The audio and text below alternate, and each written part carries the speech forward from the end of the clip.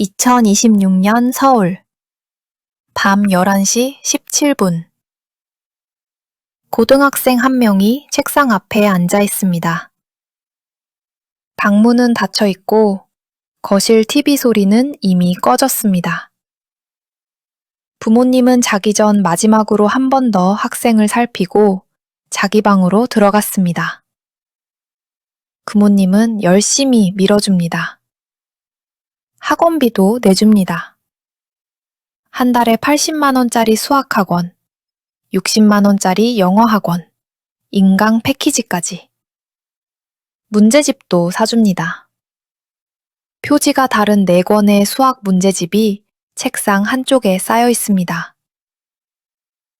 늦은 밤 간식도 챙겨줍니다.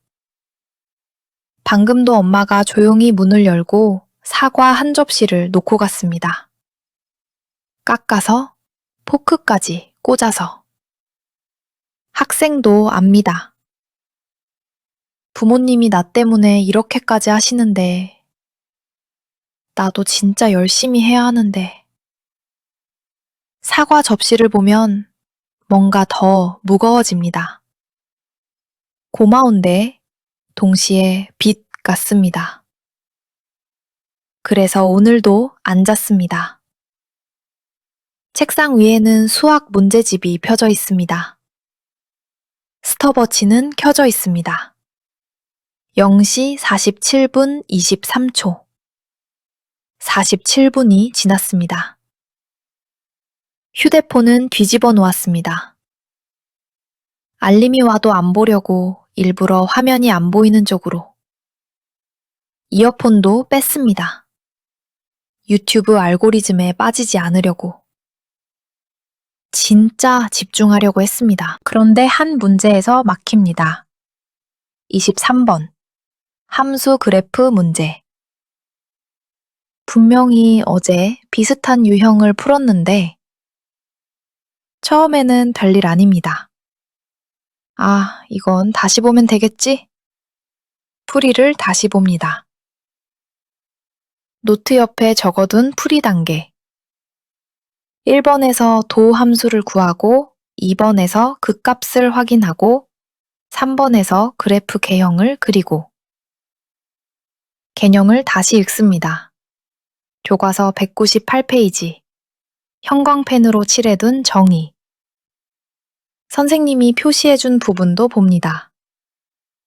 꼭 출제됨이라고 빨간 펜으로 적힌 그 줄. 다시 풉니다. 또 틀립니다. 답지를 본 순간 손이 멈춥니다. 분명히 똑같이 툰 것 같은데 어디서 어긋난 건지 보이질 않습니다. 그 순간 마음속에서 아주 짧은 말이 올라옵니다. 왜 또 틀리지? 처음에는 단순한 의문입니다. 하지만 생각은 거기서 멈추지 않습니다.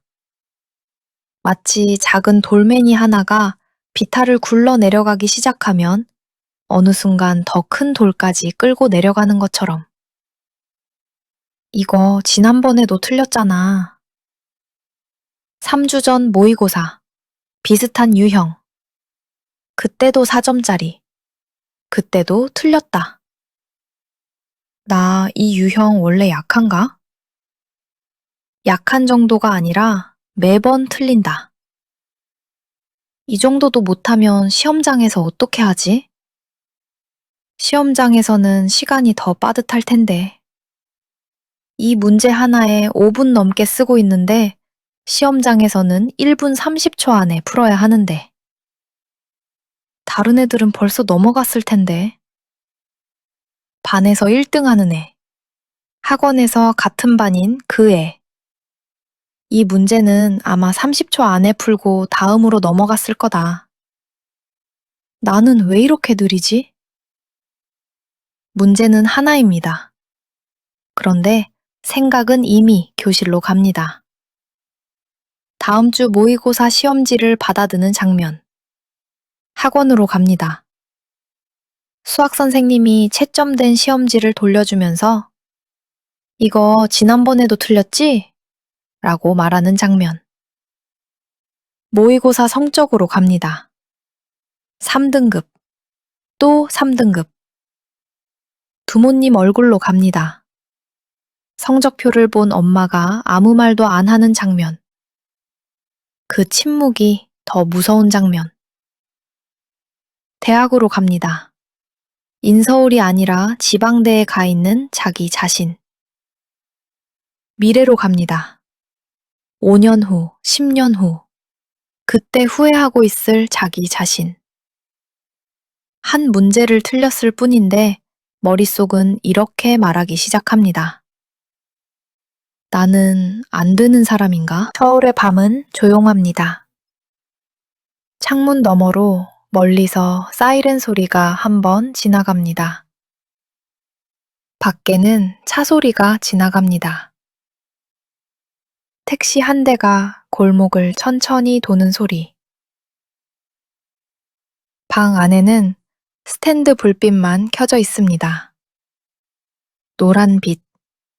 책상 위에만 동그랗게 떨어져 있는. 부모님은 거실에서 조용히 기다립니다. 자는 척 하면서도 학생방에서 불 꺼지는 소리를 기다리고 있는지도 모릅니다. 문을 열고 들어오지는 않지만 학생은 압니다. 부모님도 기대하고 있습니다. 그 기대가 사랑인 것도 압니다. 그래서 더 무겁습니다. 차라리 강요면 반항이라도 할 텐데 사랑이라서 도망갈 곳이 없습니다. 내가 못하면 부모님 실망하시겠지. 이렇게 돈 쓰시는데 결과가 안 나오면 어떡하지? 아빠 월급의 3분의 1이 학원비로 나간다는 걸 우연히 알게 됐던 그날. 나는 왜 보답을 못하지? 이때부터 문제는 수학 문제가 아닙니다. 종이 위에 23번 문제 하나가 어느새 자기 인생 전체의 평가서가 됩니다. 문제 하나. 화살표 내 실력. 화살표 내 머리 화살표. 부모님의 기대 화살표. 대학 화살표. 인생 화살표. 나 자신. 이렇게 연결됩니다. 연결고리 하나하나는 작아 보이지만 다 이어지면 하나의 결론으로 끝납니다. 그래서 같은 문제를 계속 틀리면 학생은 단순히 답을 틀리는 것이 아닙니다. 틀리는 게 아니라 무너지는 겁니다. 자기 존재가 흔들립니다. 철저한 과학주의자라면 이렇게 말할 수 있습니다. 그리고 사실 이 학생도 과학주의자에 가깝습니다. 종교 같은 건 별로 안 믿습니다. 부모님도 무교입니다. 그건 그냥 인지 과부하야. 작업 기억의 한계를 초과한 상태. 시험 불안이야.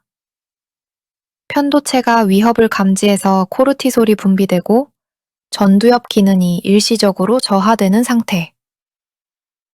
반복 실패 경험 때문에 자동사고가 생긴 거야. REBT에서 말하는 비합리적 신념.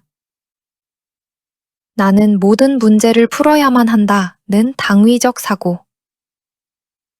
뇌가 위협으로 해석해서 스트레스 반응을 일으키는 거야. 투쟁, 도피 반응. 진화 과정에서 생존을 위해 발달한 방어 기제. 맞습니다. 그 설명은 틀리지 않습니다. 이 학생은 이런 설명을 이미 압니다. 유튜브 강의로, 자기계발서로, 학교 진로 시간으로 들었습니다. 하지만 설명을 안다고 해서 그 순간 생각이 멈추지는 않습니다. 이건 편도체가 과활성화된 거야.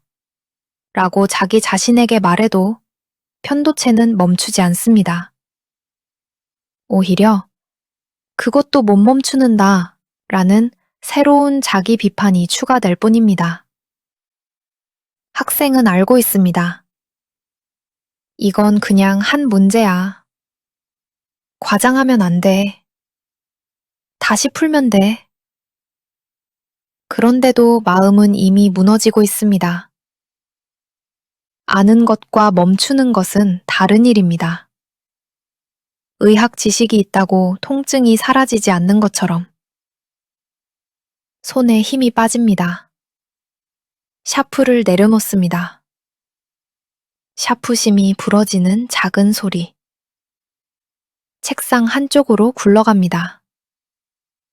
눈은 문제를 보고 있는데 머리는 다른 곳에 가 있습니다. 나는 안 되나 봐. 나는 결국 여기까지인가 봐. 내가 아무리 해도 안 되는 사람이면 어떡하지? 이 마지막 문장이 가장 무섭습니다. 노력해도 안 되는 사람일 가능성. 노력의 양이 부족한 게 아니라 그냥 내 한계가 여기인 가능성. 그때 어떤 학생은 그 생각을 끝까지 따라가지 않습니다. 조용히 끊습니다. 예수는 그리스도. 이 말은 갑자기 문제가 풀린다는 주문이 아닙니다. 23번 문제의 답이 떠오르는 마법의 단어가 아닙니다. 성적을 보장하는 말도 아닙니다. 이 말을 한다고 다음 모의고사 점수가 올라가지 않습니다. 불신자에게 억지로 믿으라고 밀어붙이는 말도 아닙니다. 교회 나와라가 아닙니다. 기독교가 진리다 라는 강요도 아닙니다. 이 학생은 여전히 과학주의자입니다. 신의 존재를 증명할 수 없다고 생각합니다. 그건 그대로입니다. 다만 이 순간 나를 집어삼키는 생각의 흐름을 더 이상 따라가지 않겠다는 기준입니다.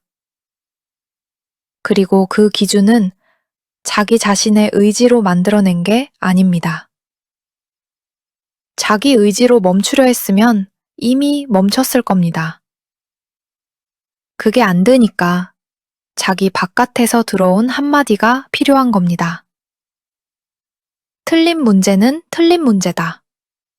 그 이상도 그 이하도 아니다. 이 문제는 내 존재가 아니다. 23번 문제의 정답률이 내 인간 가치가 아니다.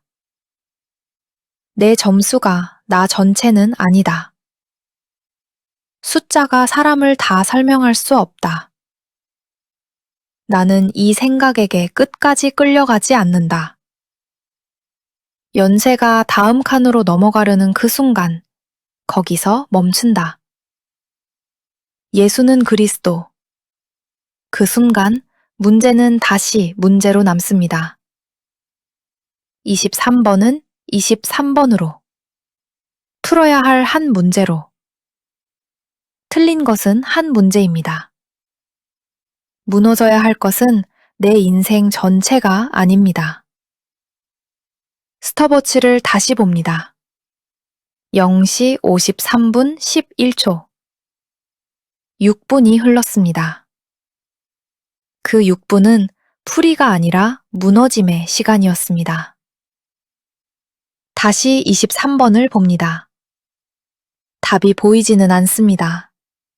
여전히 어렵습니다. 하지만 이번에는 다음 단계로 넘어가는 게 아니라 이 문제 하나만 다시 봅니다. 처음부터.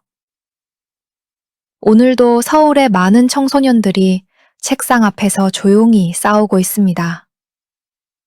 대치동에서, 목동에서, 중계동에서, 강서구에서, 서울 어딘가의 작은 방에서. 겉으로는 공부입니다. 하지만 속에서는 생각과 싸우고 있습니다. 같은 문제를 틀렸을 때 진짜 무서운 것은 오답이 아닙니다. 오답이 나 자신이 되어버리는 순간입니다. 그 흐름을 끊는 지점. 거기서 조용히 부릅니다. 예수는 그리스도. 이건 믿음의 고백이 먼저가 아닙니다. 멈춤의 한 지점입니다. 무너지는 자신을 한 문제 앞에서 한 사람으로 다시 세우는 한마디입니다.